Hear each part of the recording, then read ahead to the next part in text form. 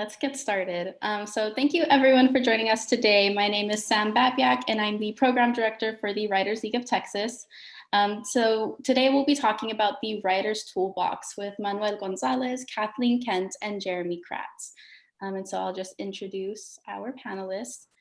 Manuel Gonzales is the author of the novel The Regional Office is Under Attack and the acclaimed story collection The Miniature Wife, winner of the American Academy of Arts and Letters Sue Kaufman Prize for First Fiction, and the John Gardner Fiction Book Award. A graduate of the Columbia University Creative Writing Program, he teaches writing at the University of Kentucky and the Institute of American Indian Arts. He has published fiction and nonfiction in Open City, Fence, One Story, Esquire, McSweeney's Quarterly Concern, and The Believer. Thank you, Manuel, for being here. Sure, thanks for having me. Next, Jeramey Kraatz is the author of the Space Runner series and the Cloak Society series, and he is a graduate of the MFA writing program at Columbia University. Jeramey lives in Texas, where he sometimes teaches, sometimes writes cartoon scripts, and is always up for queso. You can find him at www.jerameykraatz.com or on Twitter at Jeramey Kraatz. Thank you, Jeramey, for being here. Oh, I'm delighted. Thanks for having me. And last but not least, we have Kathleen Kent. Kathleen Kent's fifth book, titled The Burn, sequel to the Edgar-nominated The Dime, is a contemporary crime novel set in Dallas. Kirkus gave The Burn a starred review, and the Washington Post writes, Raymond Chandler praised Dashiell Hammett for taking crime fiction out of the drawing room and into the streets. With Betty Ricks, Kathleen Kent brings those mean streets to life as excitingly as anybody has in years. Ms. Kent is also the author of 3 best-selling award-winning historical novels, The Heretic's Daughter, The Traitor's Wife, and The Outcasts. She has written short stories and essays for D Magazine, Texas Monthly, and LitHub, and has been published in the crime horror anthology Dallas Noir. In March 2020, she was inducted into the Texas Institute of Letters for her contribution to Texas literature. The author lives in Dallas. Thank you, Kathleen, for being here. Thank you. I am very happy to be here on this panel. Thank you. Thank you. We're so glad to have all of you here. So just to get started, I wanted to get a quick maybe definition from each of you on what the Writer's Toolbox means to you, because I think that's a really broad thing. And we'll be talking a little bit about some things that all writers have to deal with and also maybe some genre-specific stuff. So Manuel, we can start with you. Okay, sure. The Writer's Toolbox. What does the Writer's Toolbox mean to me? I think I'm stalling just by repeating the question over and over again. You know, yeah, I no think, pressure. I know I shouldn't have gone first. Then I could have stolen from everybody else. Oh, that's a good toolbox. That's a good tool in your toolbox. Some lock picking tools and the ability to go in and steal the things that you think are really interesting that you can then apply to your own kind of writing. But no, lately, you know, what I've been looking at a lot in my own work that I didn't used to pay very much attention to was just the physical world itself and the objects within them, and making sure that my people in my stories are doing things, because as soon as they start to do something, then suddenly story starts to come out of the actions that they're doing, rather than me trying to think of, well, what should happen next? Oh, well, she's cutting flowers with a pair of scissors, or he's like grabbing a glass from the cabinet. And both of those things I do all the time poorly. And so they're going to drop something, or they're going to, like, I don't know, there's just like the physical world itself is a much bigger toolbox for me than it used to be when I first started writing. But the toolbox itself, I think, is just anything that you need to get you into the chair to start writing and to make yourself believe that the world that you're creating out of fiction is real, right? Emotionally and mentally. And that way you believe in it. And then by default, people who come to it will also start to believe in it as well, I guess. Kathleen? Somebody contradict me. Kathleen, what do you think? Yeah, I think what Manuel said is very important. We live in the physical world, and we draw on that world repeatedly for our inspiration. And I would say that there are a couple of things that have helped me. I went to UT at Austin to study creative writing, but when I left UT and moved to New York, I spent 20 years working in the commercial marketplace, and the only writing I did was on my spare time, which was not a lot. I didn't really start writing seriously until I was in my 40s, and I had to define for myself what is, what's going to work for me. And when I started writing my first novel, I quickly found that the things that helped me the most in terms of tools for writing as a kind of a beginning writer, even in my 40s, was that there had to be alone time where there were no distractions. There had to be consistency and scheduling and discipline. I think that we are creatures of habit, and that if we wait for inspiration to knock us over the head, we could potentially be waiting for a very long time. So being creatures of habit, if you carve out a space for yourself, it can be a tiny little desk in a closet. It can be, a grand desk in a beautiful formal library, but whatever that space is, all you do there is write. And I think it helps to have consistent times. My consistency is that I usually start around 9 o'clock or earlier and work until about 1 o'clock. And when I say writing, it's not all words in the computer or on paper. A lot of that time sometimes is spent researching, but that time is my time to write. One of the biggest challenges is learning to face the tyranny of the blank screen. And there will be days when you'll sit down and you'll write 2,000 words. There will be days when you sit down and you write 2 sentences. Are they good sentences? The point is to have that space, to carve out the time, and to have consistency. And with that, through that, your inspiration will come. It's like training an unruly poodle. Bring it to heel so that they can work best for you. So those are some of the tools that have worked well for me. Yeah, thank you so much. Jeramey?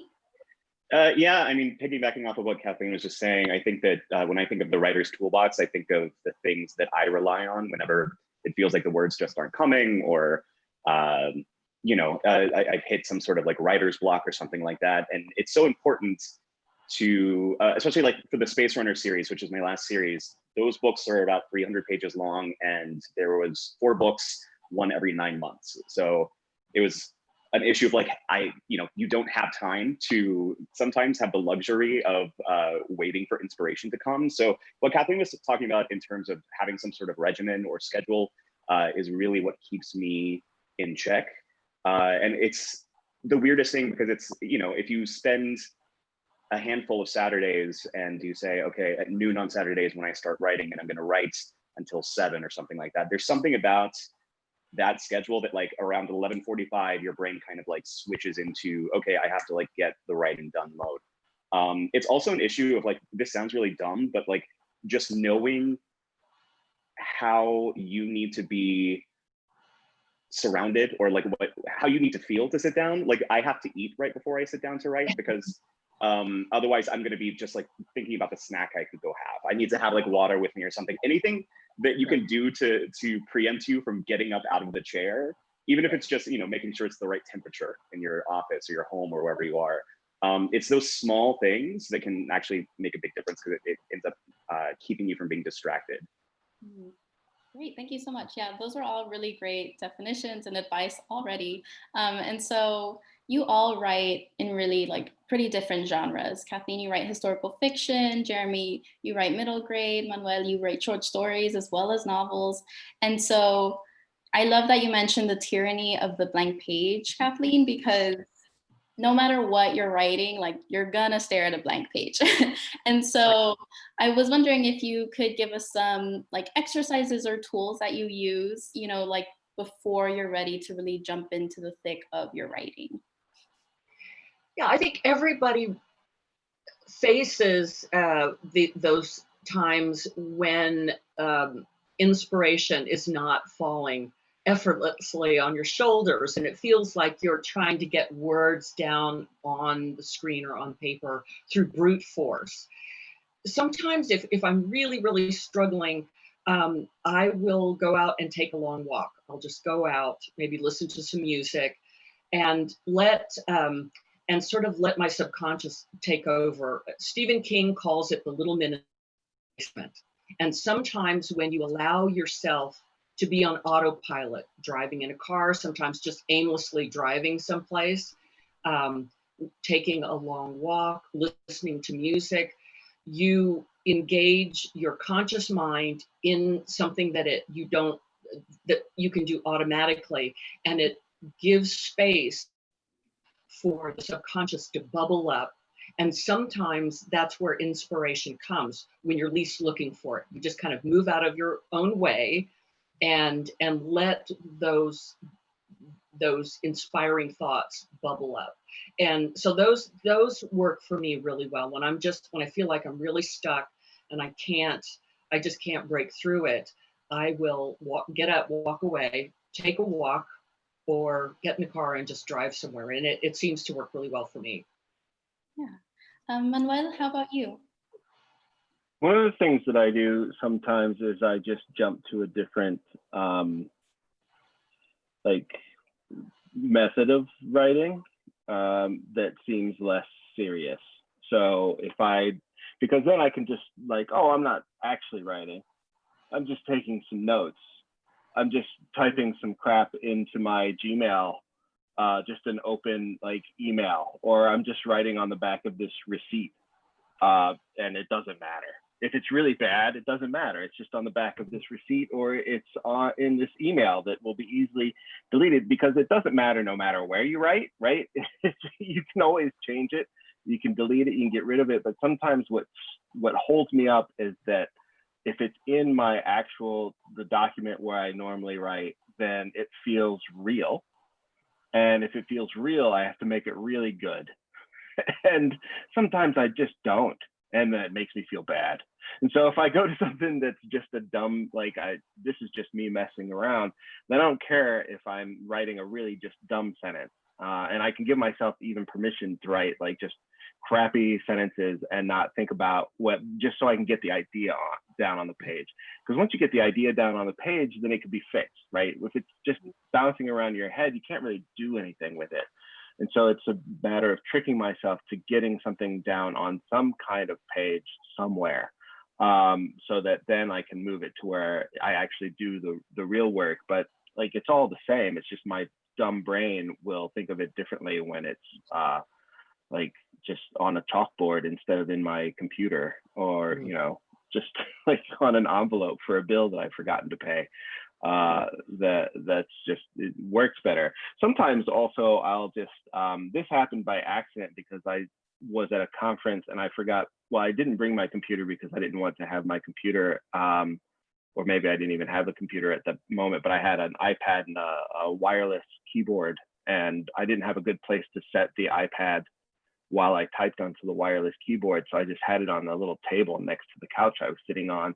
And I had the keyboard just in my lap, and I'm a very good touch typist. So I was just typing, and people would look at me like I was some freak typing into nothing, because nobody could see the iPad. It was just behind a lamp. But not being able to see what was on the page and get weirded out by how bad it was, or whatever internal editor was trying to shut me down, made it so that I could just type. I just write whatever I wanted to, and then go back again.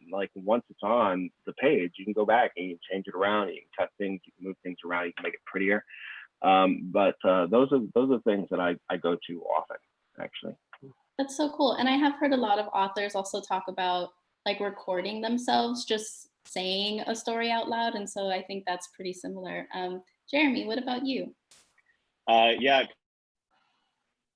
Kind of similar to Manuel, I firmly believe in word vomit. So there are times that I will just sit in front of the word processor and be like, okay, for 10 minutes, my fingers will just keep moving. And it's kind of whatever comes out onto the page. I'm not editing, I'm not really thinking about it. I'm just whatever comes out of my brain and ends up on the screen, like that's what I'll go with. And at the end of that 10 minutes, you know, even if it's one sentence that I can, or one idea that I can grab from that, it still feels helpful. It feels like a success. And what it is, it's, you know, when you kind of allow yourself to not worry about the quality of the writing that you're putting down, and you know, you just get the idea onto the page, even if it looks gross, even if there's no punctuation, even if it's, you know, you're only going to use 10% of that.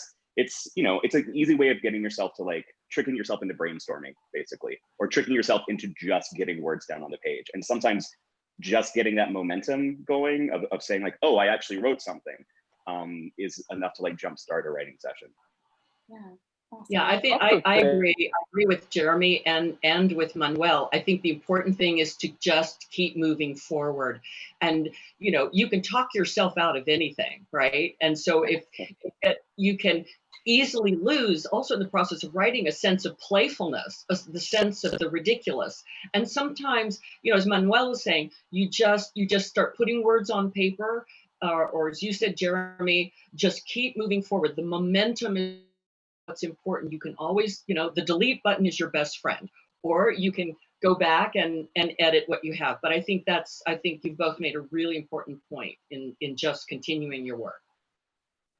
I'd also say that if you give yourself permission to write badly, just to get yourself started, there's going to be a moment where your brain gets real tired of that, because your brain's better than that, and it'll kickstart itself into, it's like when you pop the clutch on a car that won't start, and it just kickstarts the car into going, your brain will just be like, I have enough of this real bad writing that you're making me do. I'm going to actually make some good words go onto the page now. Thank you very much. I'm done.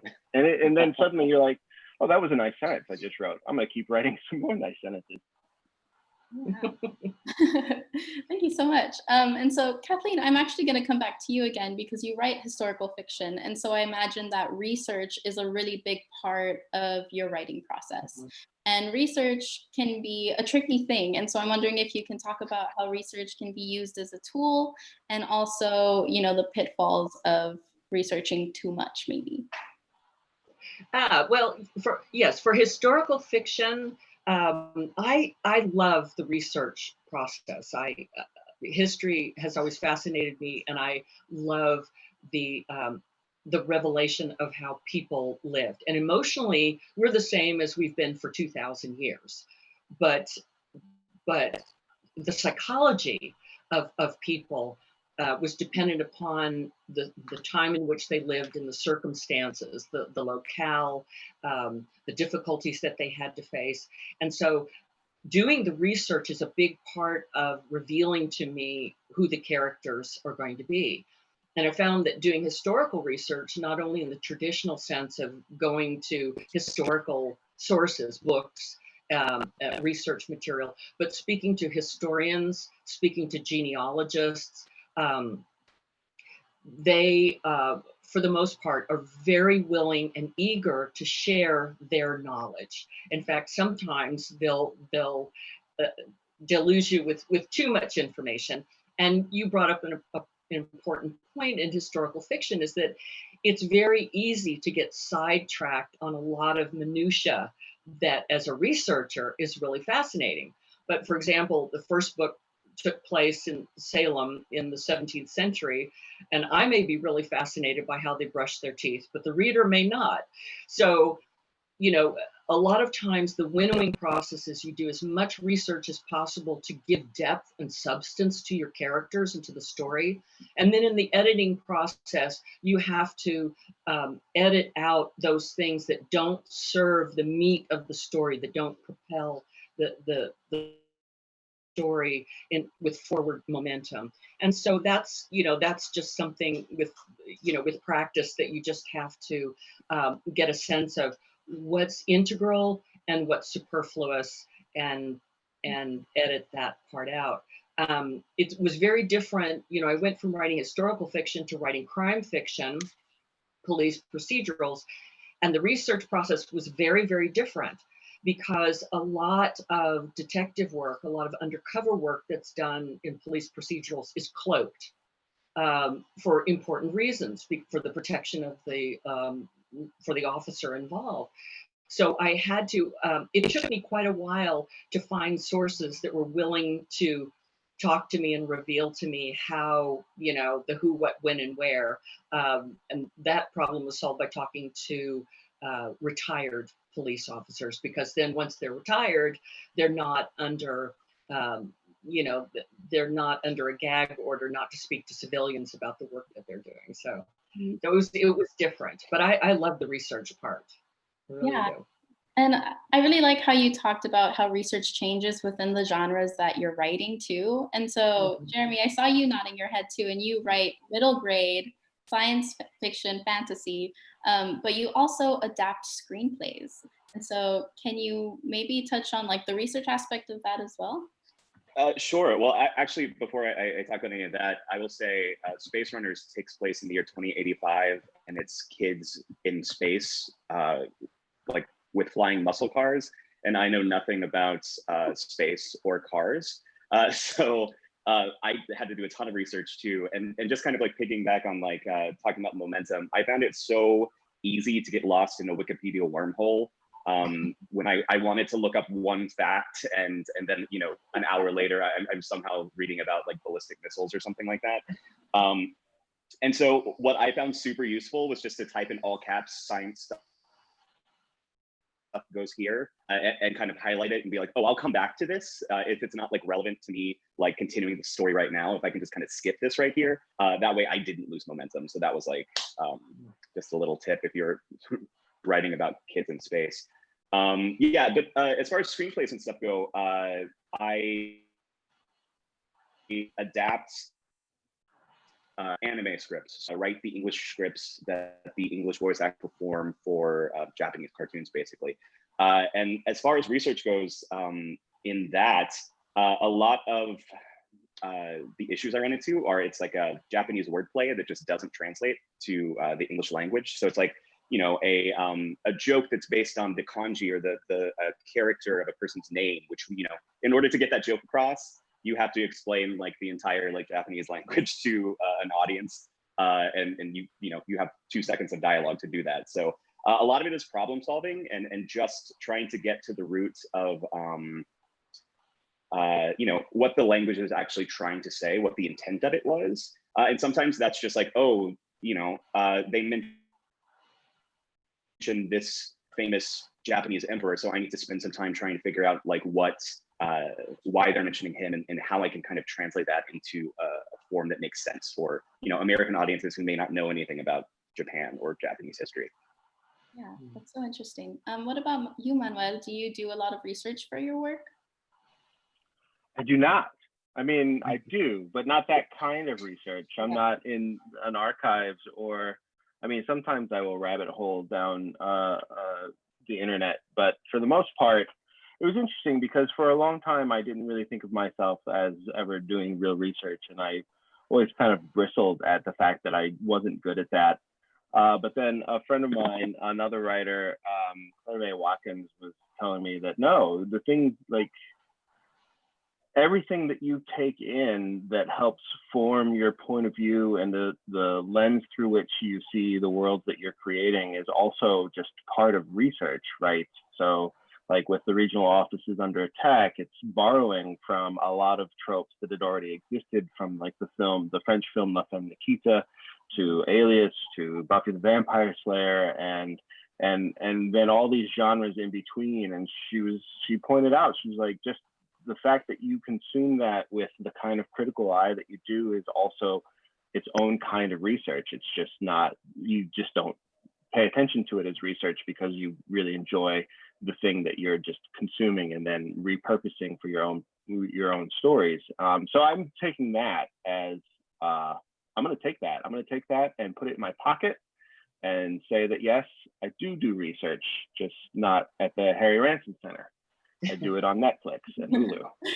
Yeah. I 100% think to myself every time I sit down to play a video game that I am researching unique narrative structures that you know, you learn, you take all of that in, you take in those tropes, and it's weird that, you know, just playing like a video game can inspire, you know, a writing session. Yeah, definitely. And so I really like also how you phrase like borrowing tropes and stuff like that. And so there's this phrase that a lot of people talk about, and it's reading like a writer. And so I wondered if you could touch on that and talk about the importance of reading as an actual tool for your writing. We can start with Jeramey. Sure. Yeah, it can be weird whenever you are a writer to just sit down and try to enjoy a book sometimes, because it's either like, oh, I'm seeing all the flaws that I perceive in this, or I'm just mad that I didn't write it myself, that I didn't have that idea. So it can be kind of tricky, especially, you know, I workshop and I review scripts all day. So that's kind of where my brain goes to, is like, oh, I need to pick every line apart. I need to pick every paragraph apart. What I found, oddly enough, is that I get in my head too much when I'm writing like middle grade, and so I get worried that I'm going to accidentally borrow something or steal something from another middle grade book that I'm actually. I write for kids, but I read a lot of like books on serial killers and true crime and stuff like that, and it seems like those sorts of books, or like, you know, I read a lot of nonfiction. It seems like that wouldn't be helpful to writing for kids. But any literature you're consuming, you're learning not just the things that you find exciting and that you think are working, but you can point out the things that you think aren't working in a book and try to use that to avoid blunders in your own work. So I always tell people, you know, read as widely as you can. Sometimes the most helpful book to read is the one that you actually don't like, because then you can kind of look at what you don't like and see how you can avoid that in your own work. Kathleen? Yeah, I think that to be a good writer, you have to be a good reader. And by good reader, I mean, as Jeramey said, read widely. You know, I read fiction, nonfiction, I've read science fiction, I read traditional literary fiction. I read widely, because you never know where your next inspiration can come from. And there is, as Manuel brought up, there is the sensitivity to, you don't want to plagiarize, you know, you don't want to fall into something that's stereotypical or a trope that's been used over and over and over again. But there is nothing new under the sun. And by reading widely, by reading something that challenges you a little bit, either because of the topic or because of the style, it can be very jarring, but in a positive way. And it can sometimes give you inspiration, ideas that you don't use in that moment, but you store it away, you jot it down, you journal it for future use. And you never know when that idea can be used for a future project. So I'm a big advocate of reading outside of your comfort zone, because I think it can be very inspirational, not only for what works in terms of a reader, but what doesn't work as well. You know, what wouldn't work for you as the writer. So yeah. Manuel, do you have anything to add? Sure. Well, so, and I forgot to send my new bio to you guys. I don't teach at the University of Kentucky anymore. I teach at Bennington College up in southern Vermont, and I teach literature. But that's they only hire working writers to teach literature, and they teach literature from the point of view of writers. So when I'm teaching Shakespeare or Jane Austen, or when I'm going to be teaching, a Jane Austen class in the fall, like, I'm looking at these books as a writer. You know, I give historical and social contextual information as well, but I'm like, what is the structure, and how is Jane Austen using the structure of the novel? How is she creating these very humorous moments and these somewhat satirical takes on the society that she was writing about, and how is that still happening today? And it's what I love doing. I'm now in the point where I enjoy teaching the literature classes more than I enjoy teaching the creative writing classes that I'm asked to teach every once in a while, because it's just a really fascinating re-education. Because when I was in high school or early bits of college reading these works, I wasn't reading them as a writer. I was trying to read them as, you know, a trained, soon to be like scholar of some kind, which I was not. I was ill-suited to that. But so I think it's a really good thing to learn to do. But I also tell students, like, at first, when you were really paying attention to the text as a writer, it's going to suck, because it's going to suck all the fun out of just diving into a story and being pulled along by that narrative. Because as my student, I'm going to ask you to stop every so often and like figure out, why did you really like that thing that just happened in that book? Or why did you not believe it? What are the nuts and bolts of how this writer is doing this? But that after you do it long enough, the enjoyment part will dovetail with the writer thinking brain as well, so that I'll be in the middle of a really gorgeous passage from Ishiguro, and I'll get to the end of it and I'll be like, wow, how did he do that? And I enjoyed it so much. And then I'll just flip back and find out, where did he make that turn? Where did he move from this little bit of exposition into this like lyrical moment that's put me to this emotional height? And then it becomes like a sleuthing fun game. And so I got to enjoy it, but then also got to recognize, oh, I need to go back and figure out how he did this thing, because this thing was magical, right? And I think but it takes practice, and it's nice to be able to just let yourself go and be entertained. But it's also, once you get enough practice at it, it's really nice to be like, oh shit, that was really cool. I want to be able to do something like that too. How did they do that? And then you figure it out, and you try it in your own work, and you're like, well, what if I make the turn like this instead? Or, you know, what if I tweak it and make it fit within my own narrative voice, or, you know, anything like that. Cool. Yeah, so Jeramey, I'm going to come back to you because you mentioned that you do workshops all the time. And so a lot of people ask us, like, how does a workshop work? And if they haven't done like an MFA before, or like an undergraduate creative writing program, they haven't experienced, like, you know, how do you critique someone else's work? And also, how do you receive constructive criticism well? And so I'm wondering if you could talk a little bit about that, like what tools a writer needs to be able to critique and also receive criticism. Sure. I mean, first I'll say that I think that one of the things that has made my writing so much stronger is reading and critiquing other people's work. Because again, once you're critiquing or, you know, really diving into someone's story or essay and looking at the things that are and aren't working, you can take that back and apply it to your own writing. So as far as workshops go, I mean, there's so many different ways you can set them up. I've been in workshops where, you know, it's hours long and it's 3 stories that week. And so we spend an hour on each author, and it's 10 people around a table. I've taught workshops where it's, you know, smaller groups and you're reading it aloud in front of them, or, you know, sometimes they've read the story before. So there's so many different ways that you can set it up.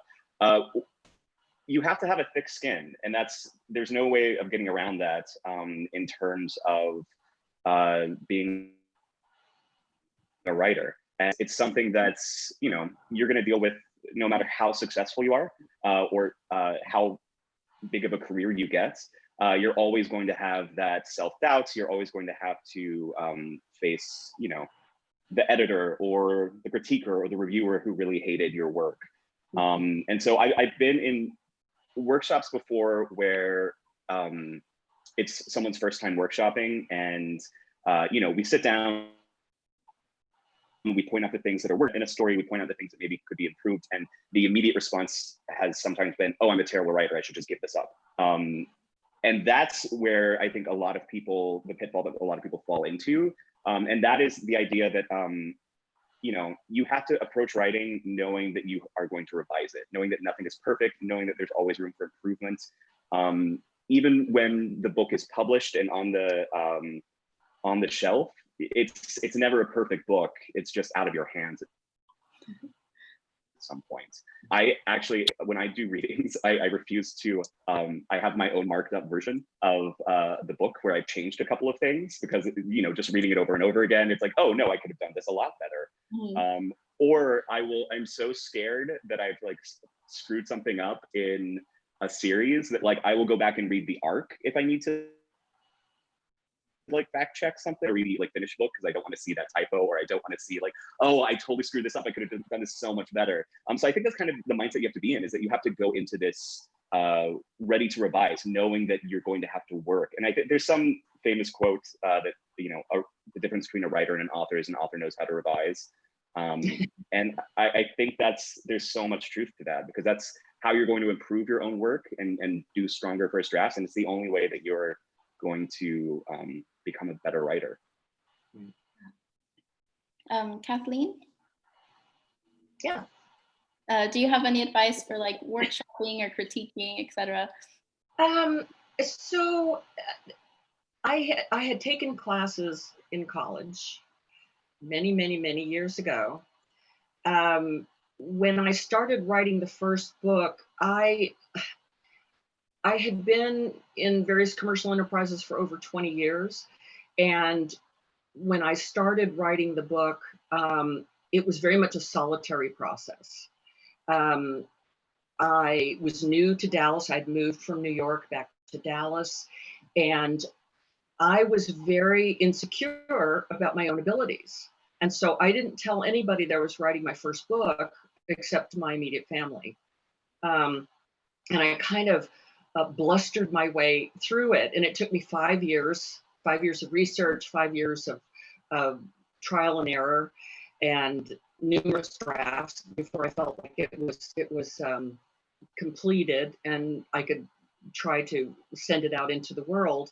I think that the process for me might have been less punishing if I had had the support of a writers group. There are some wonderful writers groups that I have where I've taught some classes, and I've sat in some other writers classes, and I think that for a beginning writer or a new writer, that it's not just learning the craft, but it's the support of other burgeoning writers, their trial and error process. And I think that can be very comforting and very encouraging, because it's even if it's fiction and it's not really based on your life, you're putting yourself in a very vulnerable position, especially when you're working on your first short story or first book.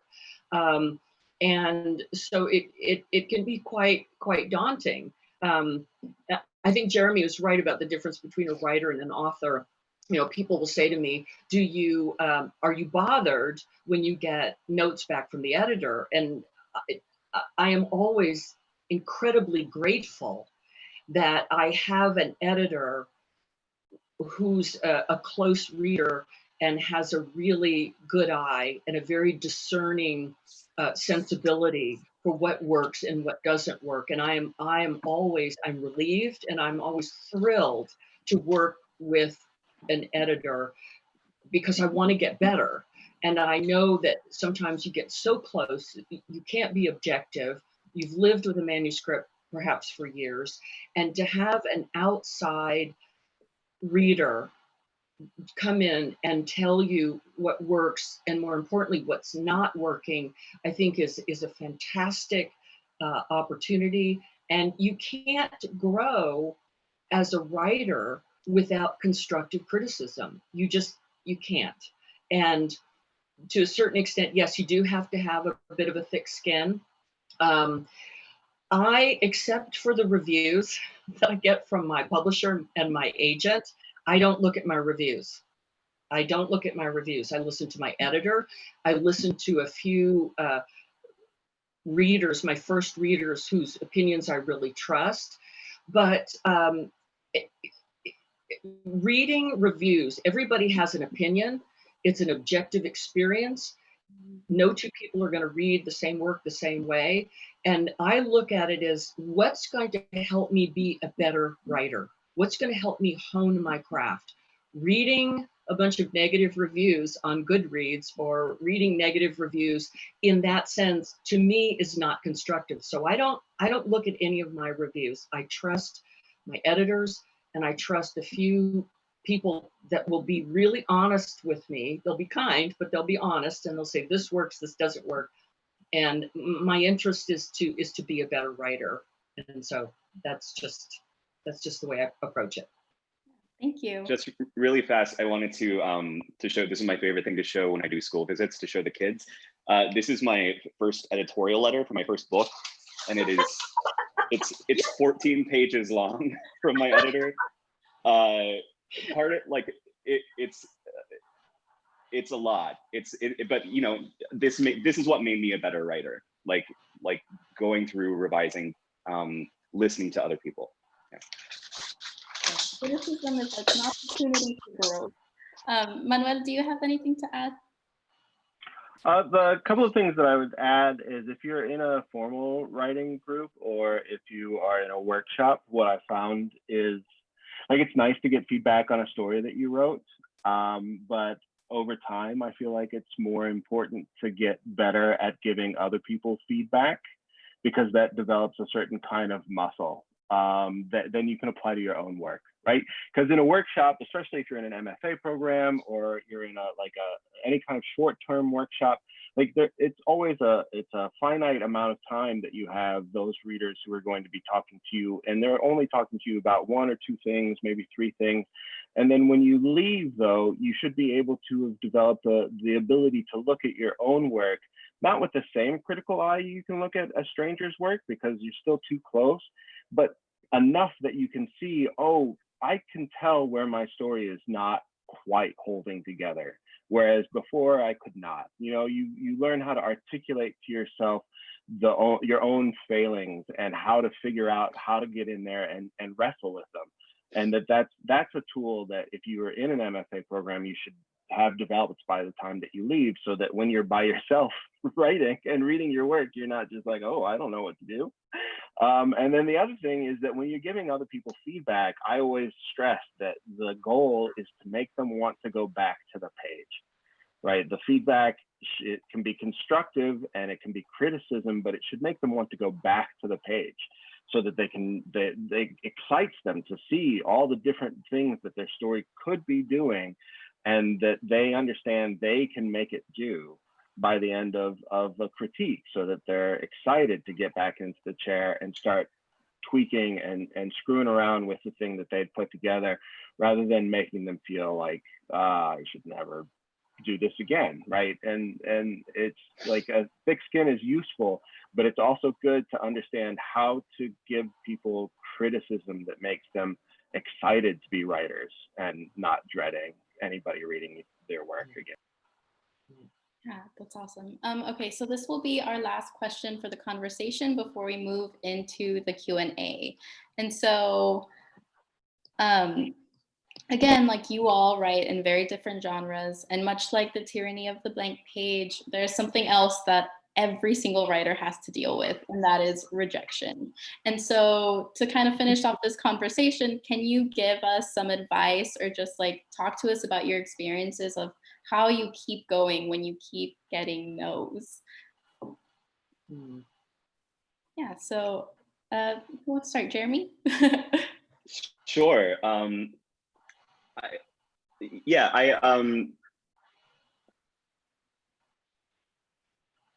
wish I had something really clever to say, and I'm just thinking of like all of the no's that I've gotten.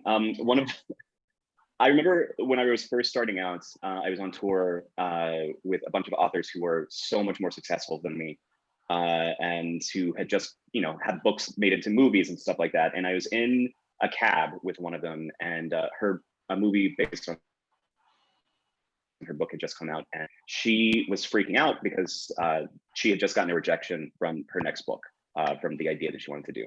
And she said something, she was like, when do you feel like, I just wonder when, I feel like I'm going to be successful enough, or when I'm going to feel like I really made it. And I was sitting there with like a book that no one was reading, and just like thinking like, oh my God, no, you've made it. You're living the dream. What are you talking about? And later that day, she was talking, and she has a scroll like mine, just of rejection letters, of no's, thank you, but not really. And I think it is sort of like we were talking about in terms of workshop, learning to kind of pick yourself back up, reassessing what's working in your manuscript, what's not working, and listening to people. A lot of times if you send off a book, you'll get, even if it's a rejection, some people will point out, here are the things that weren't working for me. So what I like to do is when it's possible, take that project, take that story, put it away for a while, because if you're mired down in it, there's like no way you're going to be able to have like fresh eyes to try and fix it. If you can put that away and come back to it in a couple of months, whenever you're not so bogged down in that project that it's impossible for you to see what's working and what's not working, it's a good way of picking yourself back up. But also, I found that like when I go back, if I'm feeling crappy about myself because I had a novel rejected, and then I go back, 6 months later and I read through it, yes, I can see some of the things that weren't working that I should have, I think I should have fixed to begin with. But I also find the things that I was like, oh, this is why I was excited about this project. This is why I wanted to write this. Like, oh, this is a really good paragraph.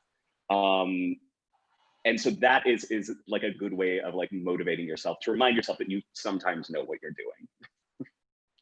Thank you. Manuel? So there was a time I was with my second lit agent. My first lit agent had crashed and burned because of a meth addiction, and he wrote a memoir about it, so I don't feel bad saying that that's why he crashed and burned. And then my second agent was I was teaching high school very poorly, and we were talking about my novel, which I couldn't make work, and he hadn't sent anybody my collection of short stories because he didn't want it to go out without a novel attached. And there was a moment where I remember thinking, oh, maybe I just won't be an author. Maybe I will just be a writer. That's the thing. It just won't be a profession that I will be part of. And I was like, well, I mean, that sucks, but there's not a day that I'm not going to want to keep writing. That I turn into a monster if I go for too long without making crap up and putting it into stories. It's the thing that I love doing more than almost anything else. And so part of it is like, to get through all the no's, you have to really just love doing the thing that you do, right? A friend of mine is an actor and he teaches at UC San Diego. And he was talking about, there's that quote of like, if you could do anything else, then don't be this kind of artist or that kind of artist. And he was like, no, that's wrong. I can do a lot of things. Like, I'm really good at a lot of different things. And I am also pretty good at a lot of different things. This is the thing that I love. This is the thing that I'm always going to do no matter whatever else is going on in my life. This is the thing. This is why I chose it. And it's not that I can't do other things. It's that this is the thing that makes me feel very much the most like me. And if you can find that in you, then the no's, they suck, but you just are going to keep writing and submitting. And you also have to keep remembering that the no's are a very subjective no, and somebody's no on Tuesday might be somebody else's yes on Thursday. And another friend of mine, Marie-Helene Bertino, she submitted a story 36 times, and it was accepted on the 37th. And was then later, Jim Shepard chose it for the Electric Literature recommended reading. And like, it's a gorgeous story about Bob Dylan coming home with a woman for Thanksgiving and getting into a fist fight at a bar. It's an amazing story. And I thank God that she submitted it over and over and over again, right? So you gotta like, there's that. There's like, you have to love the thing that you're doing, and then you have to like, have faith in it. You have to like feel like it's really good work and keep persistently sending it to people. and maybe it will work. Thank you. I can't remember who said this, but someone says like, all it takes is one yes. You know, you could get a million no's, but it's that one yes. And so Kathleen, do you have anything to add? I think Manuel said it, that I mean, it is persistence. It is very subjective. And remember, if you are sending in manuscripts, especially to agents, if you're trying to get representation, because publishing houses, at least the big publishing houses, won't consider a manuscript without representation, that a lot of times those agents have assistants that are doing the reading. They're going through and they're making the recommendation to the agent, oh, you should read this. So it goes through various levels. It's very subjective. And you know, you keep submitting it. I think for my first novel, I got, oh God, I must have gotten 60 rejection letters from agents before I finally found the agent that I still have 12 years later. It's just, it is persistence. It is a fact that, you know, you just keep doing it because you're driven to do it. You're passionate about it. And it's the thing you love best to do. And I guess there's no blueprint. There's no easy blueprint to get from your finished manuscript to representation to publication. A lot of it is just persistence. Keep at it. No is just one person's opinion, and as Manuel said, that could change the next day. It could change. So I think that's the key. Great. Thank you so much, all of you, for such an amazing panel. So we'll get started with the Q&A session. We do have about 9 minutes. And so let's start with, okay, so Jacobo Luna is wondering, what are some common guidelines or do's and don'ts for a critique group? And whoever wants to take this one can.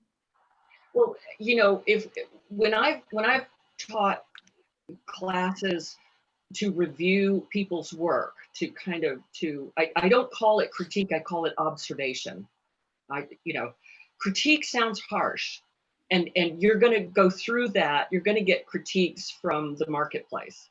But for a group, especially a group of new writers, of developing writers, I think the key is to, you know, is it true, but is it kind as well? And that doesn't mean that you can't, as a moderator or as the teacher, as the instructor for that class, that doesn't mean that you can't say, I think it would be better done, or did you think of doing it this way? Or there's a disconnect here. I think there is a way to give observations about what's working and not working so that it's not damaging to the psyche of the developing writer, and so that they lose that enthusiasm for the story. You know, I think picking your group and picking your first readers is very important if you're first starting out. Thank you. Oh, go ahead. Oh, I was just going to ask another question. So if you have something to add, go ahead. Oh, I would also say if you're putting together your own critique or observation group, I like that, Kathleen, then it's also helpful to make sure that the other people have, like, their seriousness and investment in it matches your own, because that can become disappointing. It might still be fun for everybody just to get together and drink wine and whatever, but if you're also wanting to get actual, like, if you want people to submit stories and you get their feedback and it's not happening, then that can be very frustrating too. Cool. Thank you. So our next question is from Nikki Haney. Does anyone have a preferred book about writing? I've read many and gotten great tools from some. I always, this is, you know, if you've ever sat in a panel when someone's asked this, I'm sure this is like the book that everyone always talks about, but I always say Stephen King's On Writing. The first third of it is memoir, so you don't even actually have to read that, even though it is really interesting. But it's the last 2/3 of it are just really frank writing advice that I find myself just thinking about all the time whenever I'm sitting down working on my own stuff. When I was teaching creative writing, that was our textbook. just because it is such a good sort of breakdown of the fundamentals of writing. Even if you're not a Stephen King fan, it's incredibly useful. Yeah. Yeah, I like that one too. And I also like Anne Lamott's Bird by Bird. I think that's, I like that one. Yeah. Manuel? Those are the only two that I know about. So they're supposed to be. Cool. So our next question, 1 second, we have a few. It's from Oakley. How do you handle disenchantment with a project in the midst of it? How hard do you hold on versus let go and move on to something else? Kathleen? Oh, that's a really good question. And I will say that sometimes a project needs to be set down for a short while, sometimes for a good while. If you've really worked at it and you've given it enough time and you just can't find your way, it doesn't feel relevant, you're not excited about it, I would say put it aside. Nothing you ever write is wasted because it's an exercise. You're flexing muscles. You are developing your own voice, your own style, your own writerly muscles. So that even if you've started a project and realize for you, it's not for whatever reason, you can't continue with it, set it aside. And I promise you, sometimes you can go back and extract things and put it into another work. Or surprisingly, and this happens, I think, to a lot of writers, they walk away from it, they start something else, and then something happens, some internal flowering mechanism trips, and you can go back to that. It's not like it's a loaf of bread. It's not going to go stale. It will be there when you're ready to come back to it, or maybe not. Maybe you just look at it as a way of building muscles to go on to another project. Anyone else have anything to add? No, I agree with what Kathleen said. I think that's always really smart. I mean, and also like I've gotten to the point where I'm like, I don't know that I love reading this book, and I'm not going to force myself to finish reading it because life is very short. And sometimes I feel that way about my own stories, where I'm like, you know what? It'll be here if it comes, like if it's an idea that you can't let go of, it'll come back, right? So. Awesome. Well, that's really all we have time for today, but thank you so much to our panelists, Kathleen, Jeramey, and Manuel.